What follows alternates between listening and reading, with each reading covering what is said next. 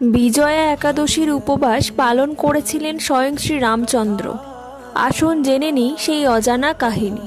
ধর্মগ্রন্থ অনুসারে রামায়ণের সময় যখন ভগবান শ্রীরাম তার বানর বাহিনী নিয়ে লঙ্কা আক্রমণ করতে যাচ্ছিলেন, তখন তার সামনে বিশাল সমুদ্র অতিক্রম করার এক বিরাট চ্যালেঞ্জ ছিল। সমুদ্র অনেক বিশাল ছিল এবং এটি অতিক্রম করা এত সহজ ছিল না। তাই তারা এই সমুদ্র অতিক্রম করার কোনো উপায় ভাবতে পারছিলেন না। শেষ পর্যন্ত তিনি সমুদ্র থেকে এই লঙ্কা আরোহণের জন্য একটি উপায় জিজ্ঞাসা করেছিলেন, কিন্তু সেখানেও ব্যর্থ হন। তারপর তিনি ঋষিদের কাছে সমাধান চেয়েছিলেন। তারপর তারা বলেছিলেন যে শ্রীরাম তার বানর বাহিনী নিয়ে বিজয়া একাদশীতে উপবাস করবেন, এতে অবশ্যই তার উপকার হবে।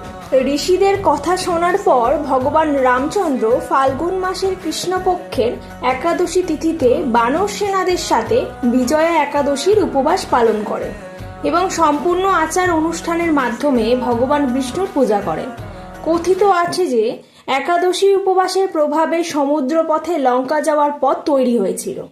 বিজয়া একাদশী উপবাসের পুণ্যে শ্রী রামজি রাবণকে পরাজিত করেছিলেন এবং তারপর থেকে বিজয়া একাদশীর উপবাস অত্যন্ত গুরুত্বপূর্ণ হয়ে ওঠে।